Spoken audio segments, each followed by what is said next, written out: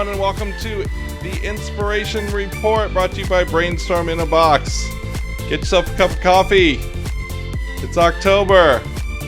We'll be with you in just a moment.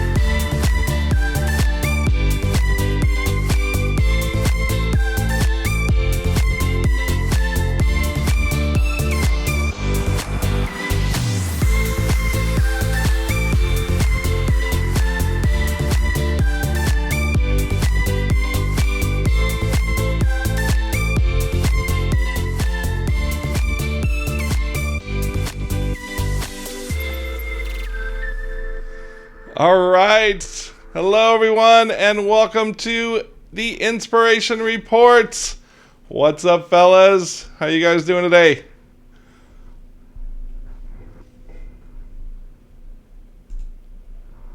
All right. Hello. There you go. Make sure you're unmuted.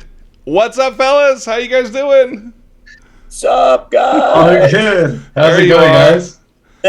Excellent. Well, What's happy it like to be October. muted Can you there, believe Lee? it's October? Because I cannot believe it's October. I really can't. September flew by, right? It was like summer, okay, hey, it's August, and school's going to start, and then bam. Yeah. Really That's it. crazy. We Buy were some just talking candy. about pumpkin spice for crying out loud. Now it's actually pumpkin spice season. That's right. Well, Well- for most people, it was pumpkin spice for me August 20th, but whatever. Nice. Well, you know, this is definitely, I don't know about you guys, but this ranks up there right with the holiday season, right? I love the Halloween season. It's one of my favorites. And so, Sean and Jose, I had an idea about our next report, and I hope you think it's cool. But I thought we would do a special one instead of waiting until November. I thought we'd do a special like Halloween edition where we can like dress up in costume, and we can have people send us pictures of all their creative costumes and stuff like that. And instead do the Friday before Halloween, the 29th, for our next show. Does that sound like a good idea? Yeah, I let's go. love it. And Sean, Great. I know you might not be here though, because I think you told me you booked a cruise at that time. But do you mind if we go ahead and dress up without you? I mean, you might miss out on the fun a little bit, but you know. Yeah, that's all right. Maybe I can live stream in while I'm having an umbrella drink. Nice. And Right. I've got my Boba Fett costume ready to go, so hopefully we'll see that. I'll wear a towel and cover the Speedo. Yeah, nice. All right, so let's just jump right into it. I'll go ahead and switch back to the presentation here. So again, welcome. Thank you guys for joining us. I am Lee Kitchen. This is my good buddy Sean Brown, and we are the modern day version of Wayne's World. We are broadcasting live from our basement. And again, we like to say that we are not broadcasters. So there's, technical stuff that might happen. We'll talk about that in a little bit, but let's just talk about the rules again. Always want to make sure that we kind of follow the same rules that we do at if we were hosting an idea session. That is, let's keep the conversation positive and open-minded. Share the air in the chat. Our good buddy Jose is here to help us make sure we get all that good dialogue. Be respectful, of course, to everyone. We want you to build in Yes And. We have some fun stuff to show you today. So if you've seen it, if you know an application for you, or you have a build on it, please add it in the chat. Definitely pay it forward. So if you see something that is awesome and cool, we want you to send it to somebody who you think can be inspired by it. Jose will post the Linktree link in the chat, and we put it all together for you to be able to forward really easily. And let's have a little bit of fun. What about those technical difficulties, Sean? Tell us about those. Just like we started, where we had our mics on mute, and you didn't, right? Yes. Yeah. Why not start it out with a bang? Yeah. That's Actually, if you can help us out, if something doesn't seem to go right, please jump into the chat, comment for us, and we'll jump on it and try to fix it. It's probably a mouse in the wiring system in the basement. yes. Definitely. And there's no rain clouds outside, so I don't think we're going to have any power outages. but they definitely happen. So let's just welcome some of our friends that are out there. I see Nancy Deborah. What's up, Nancy Deborah? What's up, Caitlin? And we got Anthony from New York. All right. Looks like Marky Mark's in the house. Looks like we got Juliet out there. Let's see who else we have. Brian's here. What's up, Brian from Nashville? Great to see you. Cheryl is here. So thank you guys for stopping by. Hopefully we can inspire you good today. And I'm going to just send Jose up into the cloud. Jose, thank you for helping us. Jose, later, we will look to you to just gather some of these thoughts together, and we'll come back to you in just a moment here. Sure. All Magical. right, Sean, you're up first with the Brad Pitt of forest fires. I took this one, Lee, because let's face it, I look more like Brad Pitt than you do. I would agree. See, that could have been your Halloween costume, bro. I'll have to get a wig, though. So here's the thing that's interesting about this to me, right? We continue to capture data, read about data, right? Related tangent, kind of side note, we're still in this space where, yeah, we can collect all this information, but honestly, most companies, organizations, and people, they still struggle with using it. It's like, it's not all that hard to get, but then it's kind of challenging if you don't have the right people and setup and equipment and programs right to use it. So anyway, pulling back in here, the story was inspired quite literally by the movie and the book Moneyball, right? Which was all about a gentleman who actually got picked up by the Boston Red Sox. Yes. Who applied data analytics to building a baseball team. Yes, I remember that. And actually, I was just recently at a conference where a gentleman used this as an example to inspire different ways of thinking. And the scene is classic, though. The scene, all of the guys that are sitting around the room just don't believe it. They're like, there's no way we can use data in that manner. And it's just like, wow. You know, that's really that part where we say you have to kind of let it go sometimes. You have to imagine a world that doesn't exist when you're creating ideas for the future, right? Totally. So we know all the forest fires that have been happening the last couple of years, but this year was, I think it was the biggest in California. But they had a couple of members of the firefighting crew from U.S. Forest Service took a class at MIT, and they dove into data analytics and data analysis, and they literally are using data to predict and understand what will the fire season be like, where should we expect fires, and the more data that they can pump into it, the better obviously their predictions are becoming. Their biggest challenge is drought and the weather, right, and what are the drought impacts to different parts of the landscape. But like this one person said, it used to take me 4 or 5 hours to draw a fire map. Now I can plug in a program, it'll spit out all my data in about 5 seconds. Yeah, fascinating. I just thought it was brilliant, and it's another example, Sean, that good ideas really can come from anywhere. Like don't discount things that seem like they're not connected, because when you make that connection, it pays off. And you know, you and I constantly talk about that in our sessions. Is you know, you can take a roll of toilet paper and think about it differently and make a new idea by being inspired by toilet paper. You know, that's right. It's amazing. This is actually really interesting, Sean, because my aunt owns a cabin in South Lake Tahoe, and during the most recent fires up there, their entire neighborhood was consumed except for that cabin, like the cabin I went to as a little kid, and it was really eerie to see all the other houses gone except for that cabin right in the middle. It was just bizarre, and they're going to be like 2 months without water and power and stuff like that. So the more that they can do and use data to help prevent this in the future, man, it's really great. Thank you for finding this one. One more sentence, Lee, I just want to read. This is just really great, of, like you said, finding inspiration from anywhere. So the two said, it got them thinking, if the Houston Rockets then general manager Daryl Morey, known for using analytics, because you could use data to conclude that 3-point shots were a more efficient way to score than mid-range jumpers, could a similar concept be applied to firefighting resources? Love it. Yeah, amazing. Love it. Amazing. All right, thank you so much for that. Let's move on to the next thing. Actually, let's go to Jose really quick. Jose, what you got for us? Mark says science rocks, and then Yes, just analytics saves lives, baby, right? So yeah, it's a very interesting topic here. But Jose, you missed the best one of all. It said, perfect movie is Brad Pitt as a fire analyst. Hot, hot, hot. You could be the stunt double in this one. I'm secure. Brad Pitt's he's a good looking guy, right? Come on. All right, Anyway. and Sean, you I think you had me slated for this one, but for some reason I'm not finding my notes on it. So if you could cover me on this one, I'll be ready for the next one. Yeah. So now this one's crazy. It's super cool though. I love it. I do too. I had this idea with my wife. It's like, Kim, why do we have to keep buying shampoo bottles? What if there's like this little Bath and Body like shop where you just brought like a cool glass container and you just filled all your liquid stuff into containers and you didn't have to get all the plastic? Well, there's much more recent information about this as I started looking into it, but there's a company called Loop, and I believe it's a US based company.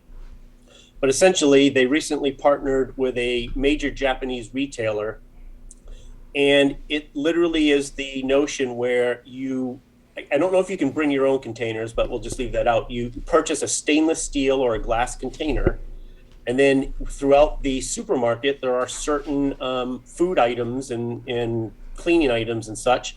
You bring your container and you fill it up, and then you go home. I mean, we're already doing that with water. Why can't we do it with everything else? Right. Totally. But it says Japan generates around 9.4 million tons of plastic waste, and 67% of Japanese plastic waste is incinerated, which releases a ton of harmful toxins into the air. Yeah. Only 8% makes it to a landfill. This is a great idea. I bet this could be like the 30 minutes of brainstorming a whole list of all the different things you could do this with, and I bet it's a huge list that we could make. Absolutely. And then it's a whole new market of containers, right? And delivery opportunities. Right. Yeah, I love it. Why just make it water? Why not do everything in your household? Yep. What's the next iteration of the milkman from the 50s, 60s, right? I mean, we also have something in the report about pizza that's like really similar to this too. Yep. Okay, so Sean, this is so Yes. great. I love it when you bring inspiration like this, Sean, because this to me, this is like, let's take two great things and put them together. All right, you want me to roll it, or you want to talk about it first? Well, you hit it right when we were setting up the whole thing that this short Instagram video will exemplify, and I just happened to see it scrolling, and I just thought it was really fun and funny. You just never know what is going to inspire and change your thinking. It can be the craziest, stupidest thing ever, right? But you might move from a negative perspective of yeah, but in a meeting to yeah, but what if?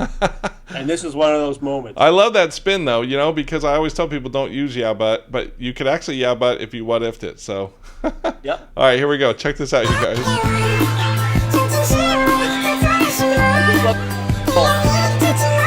Just dangling.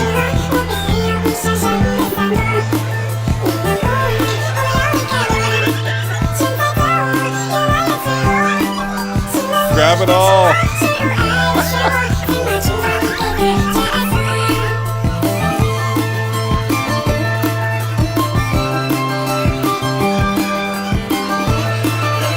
It's almost kind of like it's like a reverse it's a reverse pinata. This stuff's already broken, right? So funny. I wonder, like that seems like it would be a good fun adult kind of thing to do, but I mean, I could probably grab a bunch of stuff, right? I know. I'm sure that I wouldn't be on the dangle weight limit though, I'm always the guy that walks the bird thing at Animal Kingdom instead of doing the bridge. Good stuff. Thank you for finding that. Little stuff like that, if you guys see that out there, again, different ways of thinking about stuff that we see all the time. We love seeing that kind of stuff, so please definitely share it with us. We hope we see that in a Chuck E. Cheese or a Dave & Buster's near you sometime. That's right. All right, this one is great. This is the Drone Photo Awards. which has been going on actually for this is the 7th edition of the Drone Photo Awards, and it runs in conjunction with Italy's popular Siena International Photo Awards, and it's attracted 14,000 submissions from over 100 countries. Now, the winner was the pink-footed geese meeting the winter, which we'll see. But basically, they discovered that they allow not just your regular home use or professional drones, but they allow uses from helicopters, from blimps, from other things like that, just basically aerial photography. And I'm looking at you, Mark, out there. This is like a whole new art form for you, because my good buddy Mark out there, he is a licensed drone operator here in Central Florida. So just check out some of these great pictures. So here's the winner. This is the pink-footed geese meeting the winter. Wow, just it looks unreal to me, doesn't it, Sean? Yeah, just like crazy. Here's the next one. This is called this is a green turtle heading back to the water after laying down eggs, which just the symmetry of it is just amazing, right? Think of how easy it is now to get shots like this, right? I mean, you previously wouldn't need a helicopter. Yeah. Big crane. Some ridiculous scaffolding. Yeah, crane. Yeah. Now for a couple $100 and a little bit of luck of timing, right? This one's called Gold at the End of the Rainbow. This was first in sport. He said he found gold at the end of the rainbow as surfer Ollie Henry escapes a monster wave off the coast of Western Australia. Oh, this is the first one in Nature. So this is called Extragalactic. This is the intense and glorious moments during an erupting volcano with an exclusive view from inside, captured in Iceland. It looks like a Star Wars or Star Trek world. Yep. Alien egg. So this is called Poisoned River. This is a detailed photograph of one of the small rivers filled with poison, actually. It's a personal project that tells the story of a natural disaster in the Punacy Mountains. Doesn't say what country it's in, sorry, but it's in a beautiful abstract way.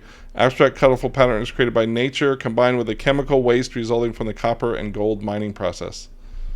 Reminds me of the phosphorus lakes that we see around here. Totally does. Anyway, yes. Great stuff. Thank you very much for putting that in, and I inspire all of you drone captains out there to submit your artwork. Hey, Lee. Yes. So I think Mark called on you, and I think you're also a drone pilot. You want to say something about that? So Mark says, Lee the drone pilot too. I'm just learning though. It's more my wife that's a drone pilot. She's actually got the license for it, and I'm just following. Oh, really? Yeah, cool. It's super awesome. We used the drone to kind of track the entire farm last time I was up at her family farm up in Canada, and it was amazing. That thing ran for 5 kilometers, and we still could see it, and it was just like on the other side of the town, it seemed like. Interesting. Hey, so Lee, I want her to put a camera on it, and I want a minute of video of her chasing you with it. There's definitely a camera on it. It's funny because we actually figured out how to pair it with 2 controllers. So one person operates the drone and the other person operates the camera. Oh, brilliant. And it was really interesting because one of the controllers actually operated both, and so I kept taking control back on the drone. She wasn't very happy with me. And then we almost lost it, but it does once it hits a certain point, it'll return back. Mark D-Boy 61 out there, he's got some great stories when he was shooting on vacation and actually landed one of his drones in a river one time. Sorry, Mark. He got a brand new drone out of the deal, though. So, all right, let's talk about teeth whitening. Oh, man. So this seems really simple, right? The Guinness Book of World Records was broken for the whitest white color ever made. So the paint will actually reflect 98.1% of solar radiation while also emitting infrared heat. So a science lab at Purdue University was put this together, was working on it. And the thing that's really interesting is it works so incredibly well that it is the equivalent. If you put it on the roof of your house, it is the equivalent of having air conditioning. Wow. So you would not need an AC system because of the impact of the white color. I'd really on like the to roof put of that your to the house. test here in Florida, Sean. What do you think? Right? Unbelievable. I'm still thinking I need some AC going on.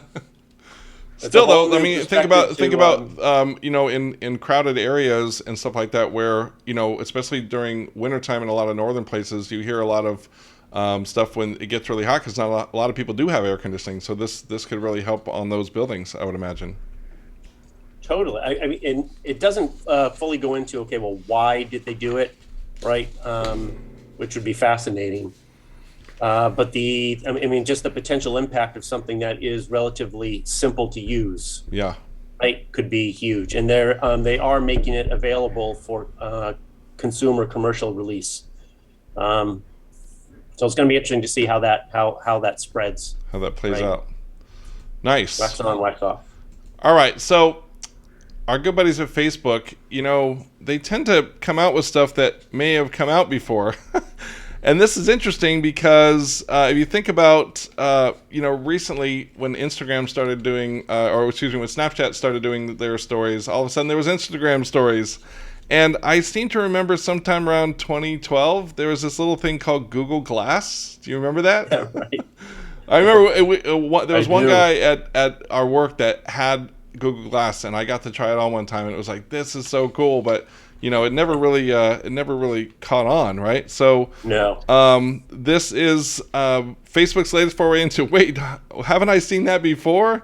This is Ray-Ban Stories, with Ray-Ban appearing first on Facebook, and second is most product branding. Even though it's a product collaboration between the two, these are Facebook glasses, and they're basically VR wearable glasses, which is sunglasses designed completely frictionless to media capture the world around you. So just really interesting. These aren't Google Glass because they look like real glasses, right? But they're still capturing everything around you. And didn't we have an issue with this before because, you know, it kind of was an invasion of privacy and stuff? I don't know. Absolutely. What do you think, Sean? Where, you think where these is that gonna go? will sell off the shelves? Well, look, they're about the same price, or maybe even a little cheaper. Really expensive sunglasses. They start at $299. Okay, yeah, and Google Glass was $1,000. I remember that. Yes. Yeah, I don't know, man. This is starting to weird me out a bit.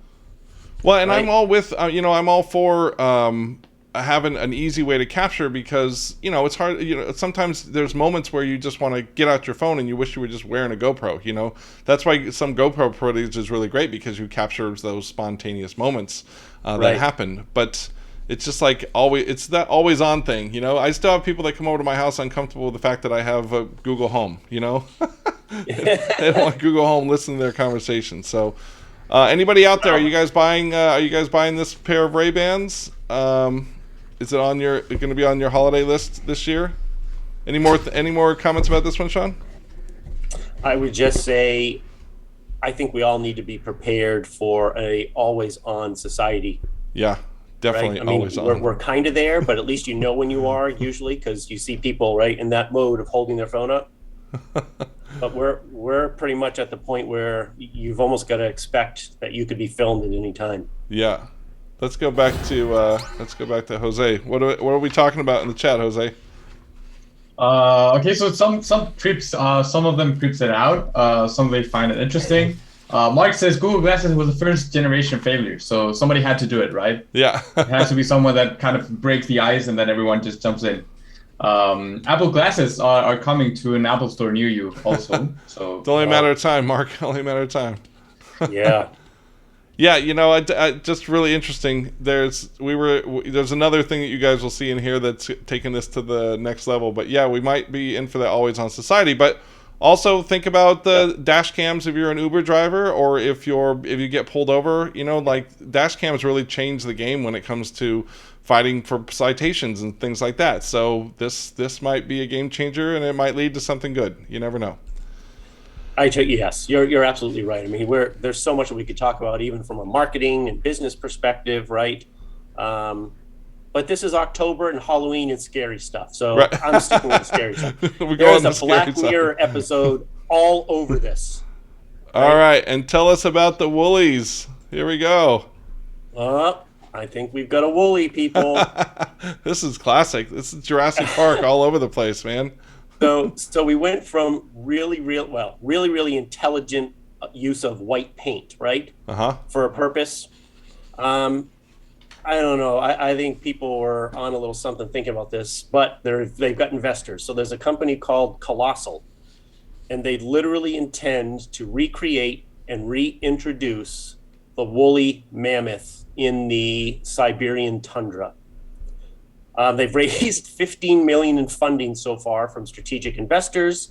They plan on using CRISPR gene editing technology.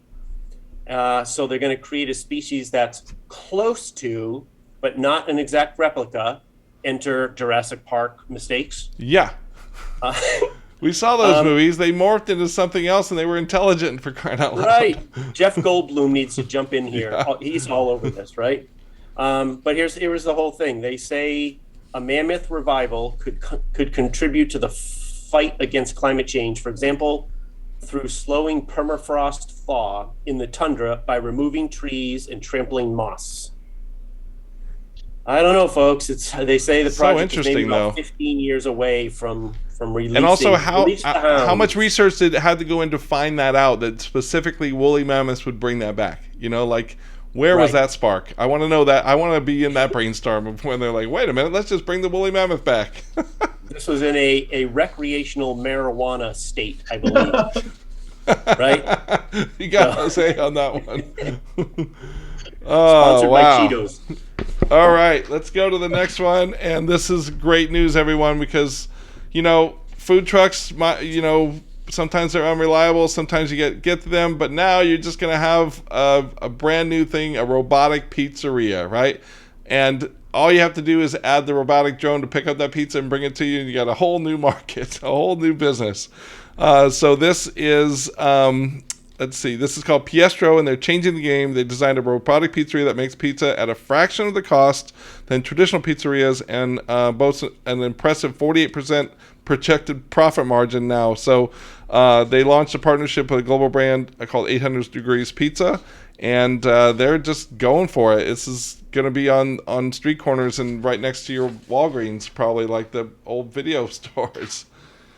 Interesting, though. I mean, we had cupcake dispensers. Why not this? And why not everything, right? So I literally just... And why not bring back your packaging like the other thing, the loop you were showing us, and you can still get your pizza. Yes.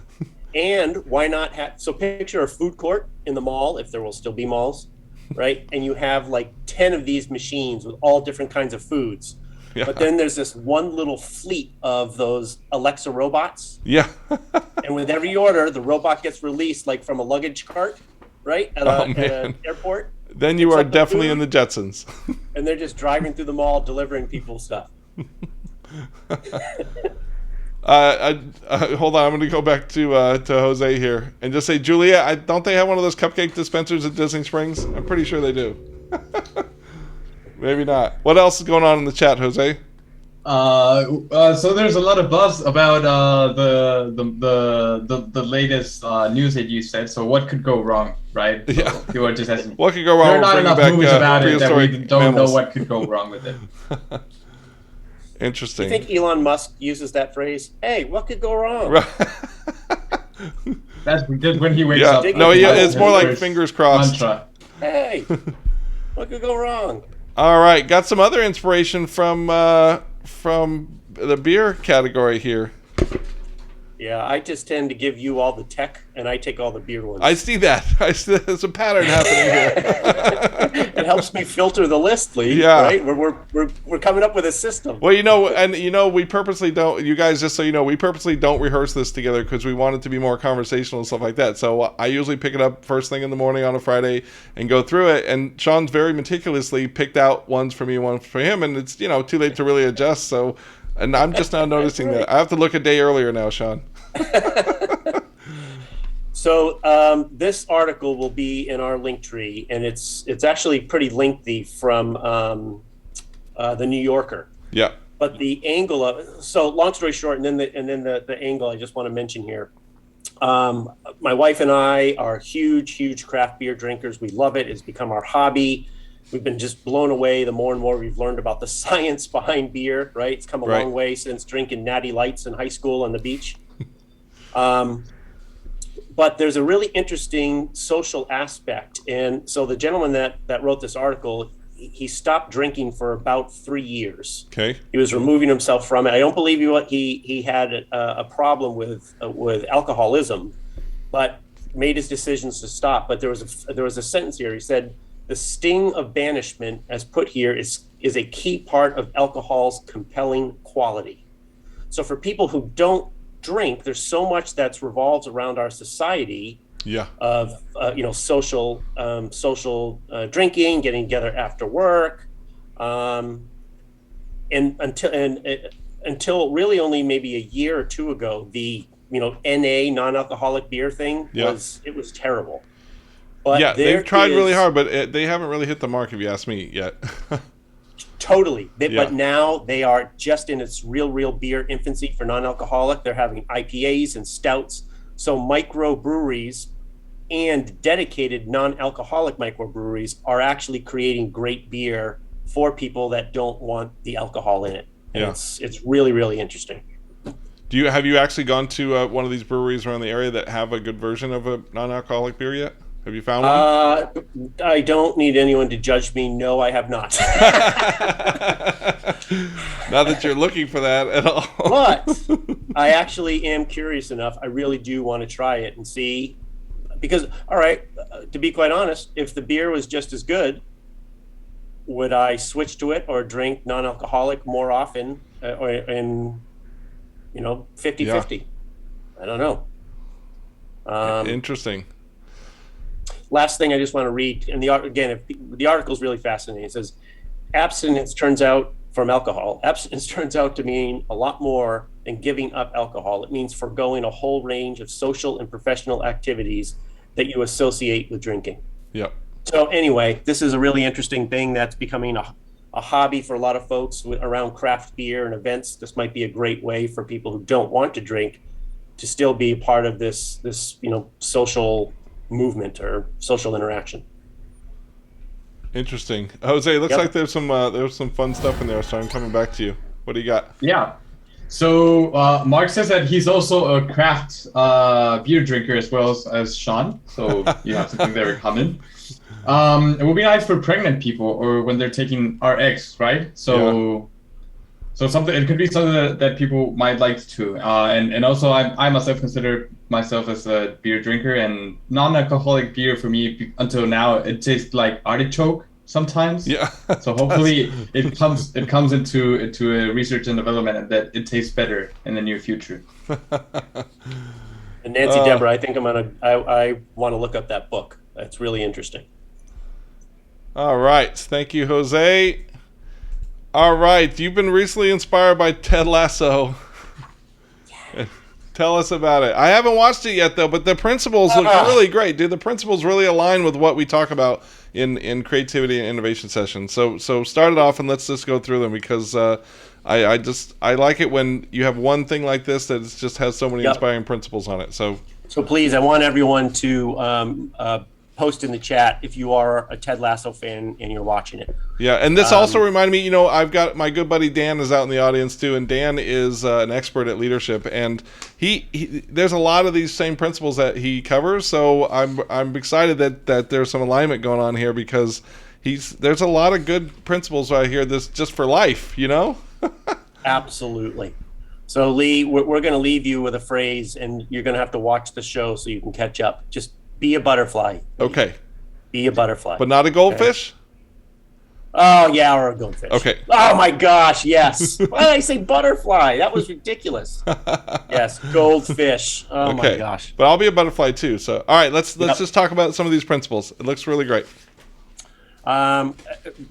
Certainly nothing that we don't already know, right? But the show is just a reminder of it all. So you take number one. Yeah, believe in yourself. That's really important. Having confidence, believing in yourself, it's important. I talk all the time in my sessions about attitude, and whether you think you can or think you can't, you're probably right. So having some confidence really goes a long way. But you have to get some skills to have some confidence. So and you got to believe in yourself. Really great. That's right. Number 2, be humble. I read something recently, and it said that a lot of times when we say be humble, we think of it almost as negative, like you have to be less in a negative way. Right. And it's really the exact opposite, right? You're being humble to help others, to lift them up. And it's a great thing. Perfect. Take Number 3. criticism lightly. That too. There used to be a time in my career where I took feedback and I got really defensive about feedback. But you know what? Feedback is some of the most important stuff that you can get in your life, because there's a part of you. I think about that Johari window that we all learned back in the leadership days kind of thing. And there's a corner of that Johari window that is stuff that people know about you that you don't know about yourself, right? So taking feedback and adding it in and not getting defensive, taking it lightly and never taking yourself too seriously. I love that concept. Yep. Be positive. Number Yep. 4, you are the perfect example of that, big guy. I would give you a big bear hug right now. Yeah, thanks, man. Yes. Yeah, positive. You know why? Because actually I was teaching my girls, at my older daughter, because she's starting to go to meetings and internships and stuff. Yep. I said, you want to be the person when people walk in the room and see you in the meeting, they go, oh, good, she's here. Yeah. Versus, oh, she's here. Yeah, I would agree with that. And I'm actually having my good buddy Josh in Grenoble, France. Josh is doing a white paper for me, basically to kind of put the science behind all of the creativity stuff I say. And one of the things I told him, I said, I want you to research positivity and how it relates to big ideas, because I sing that all the time. I'm like, I want everybody to be positive and open-minded. Yep. Because it's gonna lead to better ideas. I just want this. I now want to find the science to back it up. And so when we find that, we will definitely present that, because I find that it really affects our sessions in a much more positive way, and the ideas come out bigger, and you're right. I live by this theme, and there's so much negativity going on around, and you just gotta bounce from it and just stay positive yourself. And it really is catchy. It's contagious, if you ask me. It is. Yep, it is. Number 5, look for the potential in others. Absolutely. Everyone's got a strength. Everyone can contribute. And sometimes they don't quite even know that it's there yet. So being positive, being courageous, how can you help bring it out of them? Right? This cracked me up when I read this, Sean, because it reminded me, I do this booth at Mind Camp every year on the night that we do this thing called the Camino, which everybody comes out and does a little talent. And my booth is always hugs and validation, right? Because, I'm a big bear hug kind of guy. And so you can come up to my booth, I'll give you a big hug, and I'll just tell you how great you are. And you might not even know how great you are, but I'm going to tell you how great you are. And even if I only met you that day, there's something positive I can always find to tell somebody. So, yeah. Just seeing and telling people about that potential, reminding them, because they may have been beat down from other people who tell them they don't have it. So I will always do that. This is where I'd like to ask Jose to post your personal cell phone so people can text you for a virtual positive statement. Yeah. Yes, please. Yes, please. And the next one, Number Sean, 6. go for it. Be curious, right? I live by this. The more stuff you see, the more that your thoughts and opportunity for creativity and innovation is going to be sparked. Be curious, see more stuff. Yep. Right? It's great. Be accountable. Yeah, absolutely. Be responsible for your own actions. My wife is one to always tell me that I am responsible for my own behaviors and actions when I try to blame her for some of my behaviors and actions. So this is sometimes it's a hard pill to swallow kind of thing, but yeah, be accountable is really important. Just own up and own it, and if it's something bad, just own it and move on, right? There's a great book by Navy SEAL Jocko Willink, right? The guy is really, really smart. He's building a brand for himself on leadership, but I can't remember the title of the book. It was something leadership. But the whole premise of it was, regardless of what happens and regardless of where you are in your position, you had the potential to do something different when something doesn't go right. Yep. Be accountable, take the responsibility. We all can impact something. Agreed. Regardless of level. And it leads right into learn from your past, right? You take all those learnings, you move on, and you be the best you can be, right? And notice what it says, Lee. It says, don't be stuck in. It says, learn from. Yeah. Right? There was a time when I tried to protect the world from my Duran Duran pictures from high school, and I'm like, I'm not going to do that anymore because that actually gave me confidence when I started expressing myself to the tail end of high school and early part of my, my 18 to 24 years. That was a really big part that gave me confidence, and so I'm proud of it. You can go look on Facebook right now. There might be some earrings and makeup and stuff like that, and that made me who I am, Sean. So yes. I am going to change the song Rio to Leo. I'm going to sing it all about you today. All right, lift up others ahead of yourself. This, Sean, when I read this, it reminds me of the whole servant leadership concept. If I make you successful, you're going to automatically, if I'm your leader, I make you successful, you're automatically going to make me successful. I love this. Yep. And the last one is one that's always been important to me about the power of empathy. Right? Put yourself in someone else's shoes. Take a moment to think and understand the position of anyone that you're engaging with at any given time, because you just don't know. Yep. And the more that you do know about them, the more successful your communication, absolutely, and how you engage and everything. Across the board, and you know that in the design thinking process too, empathy is like a huge part of it. You cannot charge out and make products and services for an end user or for a consumer until you walk in their shoes, until you identify their needs and have plenty of conversation with them. If my good friend Candy, who does consumer insights with here, she would tell you the same thing. You got to talk to them. You got to walk the walk. You got to see what they're facing and what their challenges are. So yes, absolutely, it really mirrors this stuff. Thank you very much for bringing this. I guess I have to watch the show now. How many Ted Lasso fans do we have out there? There looked like there were quite a few, actually. Yeah, you're going to love it, man. I'm telling you, you got to give it a shot. It's great. Nice. All right, Jose, I'm coming back to you. What kind of fun comments we got? It looks like we got a whole bunch of them. Oh, Petey's here. Yeah, hey, Petey. absolutely. We actually got some. So Nancy Deborah said, be curious, not judgmental. Feedback is a gift, and blessed are the meek. Some are asking for some Duran for tonight. Oh, is that absolutely, Nancy Deborah. That's a given. That's a given. Yeah, seems like it's going to be 80s tonight. Yeah. Yeah, and we also have some people that really love Ted Lasso. Ted Lasso's awesome. Lasso! And nice. And Lenny's here. What's up, Lenny? All right. Thank you, Jose. And again, thanks, Sean, for putting that in. All right, you guys. Yep. This is the big one that I've been waiting for. Come on. We're going to get R2-D2 finally like in a real form. So Amazon has finally come out with their long-awaited robot. The robot's name is Astro, and it is going to retail for $1,000 for the day one edition product.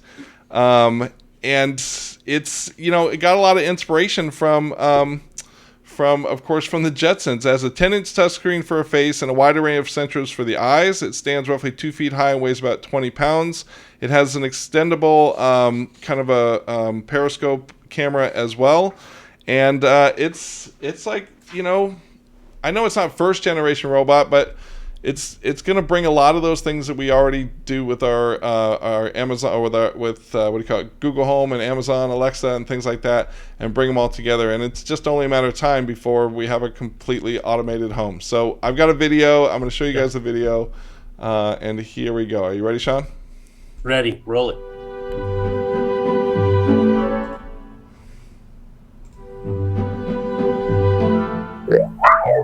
A robot. Yes. What are we going to do with a robot? Well, Astro, follow me.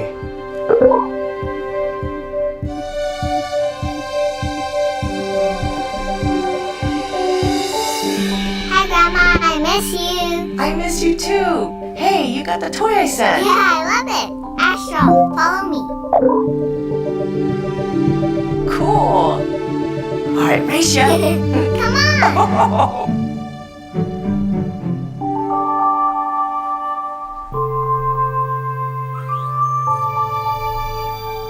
Told you I turned it off. And now I totally believe you. Ooh, yikes. Message from Steve. Remember to eat something green today, Dad. Check.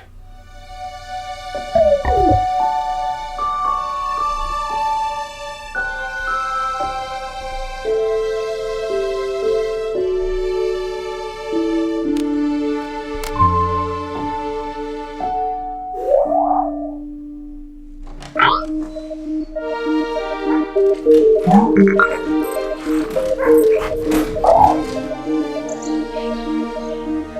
Barbie. Just returned the dogs. Astro, let's dance.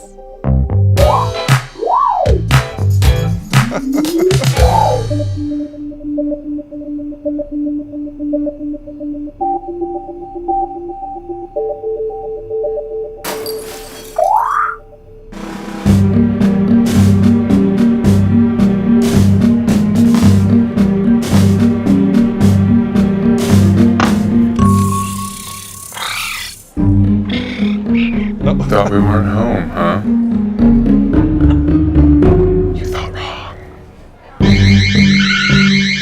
Good try, though. I was kind of hoping to add a zapper instead. Sorry. Oh, there we go. Astro, bring me a beer. Nice. Good dog, Robot. Thank you. All right, I'm in. Hey, all it took was a beer and she gets it. Wow. That is next gen. I'm looking at Jose. I'm looking at what Petey said. Hollywood 67. That there was a fly drone that does this too, because that's the one I want. I want the one that flies around the house. And I was about to say that. Yeah. Oh, that is Lee, so cool. So one thing with this, right, we're creating all this technology that functions, right? It can function and roll and act and fly and take pictures. Yep. But why can't we get rid of the robot speaking tone? Right? Yeah, Like, right? why can't we teach the voice technology to actually talk like a human? Well, I mean, you can select your Google Home voice, if you want. They have all kinds of different voices on there. So why not, right? Or why can't I have it talk like C-3PO or BB-8? That would be super cool. Or, like I've been saying all along, Samuel L. Jackson. Yeah. Yes. Right? I want to see that video with him as the voice. Yeah, I wish they kind of had a sass voice on some of that stuff. So if you ask for something, they're like, I'm not doing that.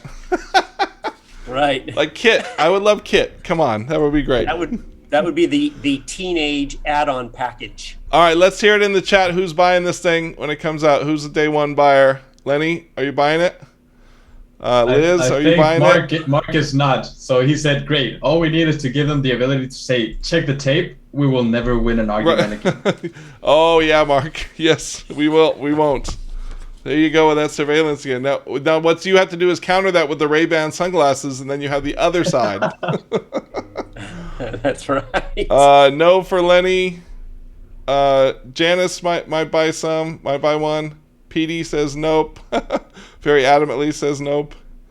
I know, super interesting. Why can't they also just combine it with iRobot, and we can have the talking robot and the robot that vacuums? So. And it actually looks already like a vacuum. Yeah, it does look a little like a vacuum too. I'd also combine it with ADT and put like a flamethrower on it, a 9mm. Yeah, that raccoon would not be jumping in my house getting my cupcakes. Exactly. Oh boy. Okay. Well, thank you for putting this one in. I actually hadn't been keeping up with it, and so when you put this in, I was like, I had heard about it like a year ago, but I didn't know that they were this close to release. Yeah. So there they go. Why does Astro look like a bidet? Next generation, Mark. You never know. That's spelled ASSTRO. Yeah. Right. Right. All right. Let's go to 1 billion. So it took 14 years, and whether you are an Airbnb believer, user, truster, well, 1 billion people have used it and trusted it. And Airbnb continues to, granted, the pandemic has slowed a heck of a lot. I am a believer in Airbnb. I think it's brilliant. I love that. I think a majority of their Airbnb renters, and it might be a minor majority, but are female. So it's creating revenue streams for people either as their sole revenue or additional.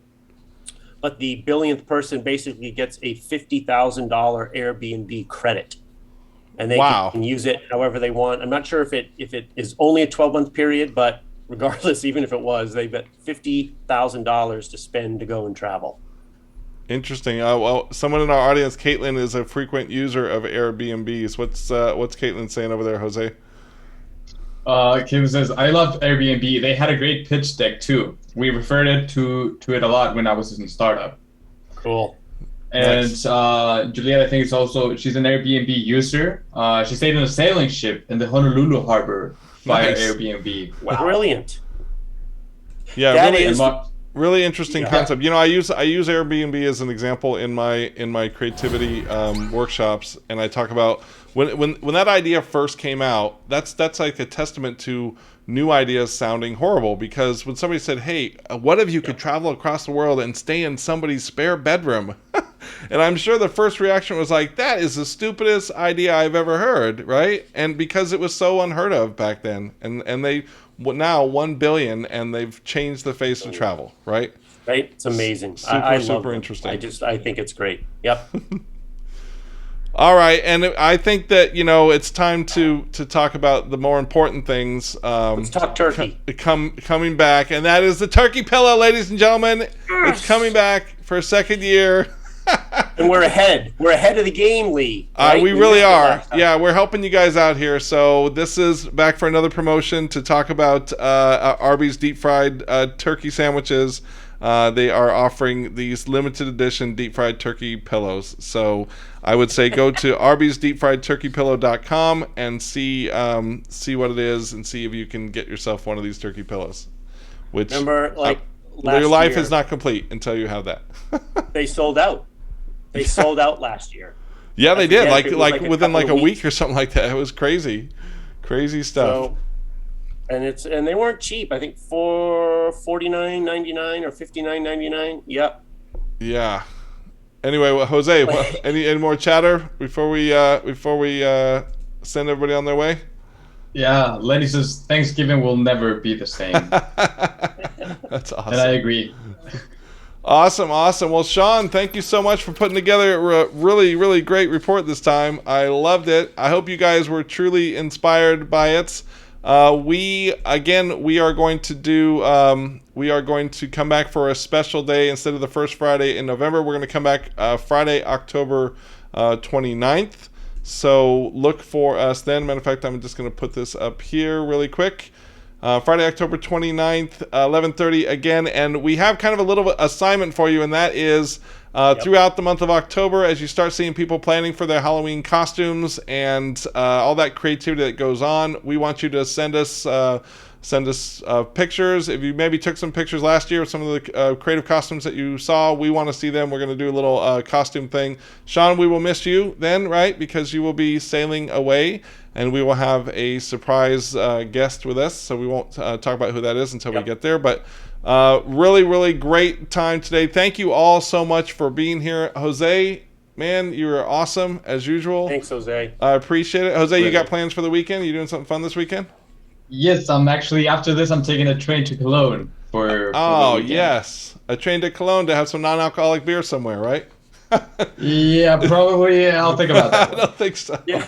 That's the next iteration of Oktoberfest in Germany, right? Right. Non-alcoholic version. That's going to be a hard one, but let's see if that goes. Exactly. And again, thank you all so much for coming out here. We will definitely post this to our Brainstorm in a Box website page and our YouTube page. Jose, thank you for posting the link tree once again. Please pay it forward, and we hope you enjoyed it. We hope you keep coming back. Please like and subscribe, all that kind of stuff. Any And other send us- words of send wisdom, us Sean? stuff. What you got? Yeah, please, especially for our special edition, anything that you come across that's unique or tied to Halloween or scary stuff, we would love to use your articles. You can send them to us at brainstorminabox@gmail.com. And special thanks to our good buddy Barry J, who sends us at least 5 or Yes. 6 entries all the time. Nancy Deborah, thank Thanks, you for the Barry. stuff that you send us. And if you see something out there you think it's going to inspire anybody, again, it could be the weirdest thing in the world. Just send it on. You can get ideas from anywhere, you guys, and that's the whole reason we do this, is to help you think differently about the stuff that you're doing, to help you pay it forward, where somebody else can think differently, and we can all be creative and more innovative together. That's right. And let's be honest, if you need inspiration today, I want you all to think of Lee Kitchen strapped up into the human claw. Okay? In my That'll Duran Duran inspire outfit with my anything. makeup and earrings. All right, you guys, have a great weekend. Thanks again for joining us, and we will see you next time. See you, see Bye, you, guys. see you. Bye, guys.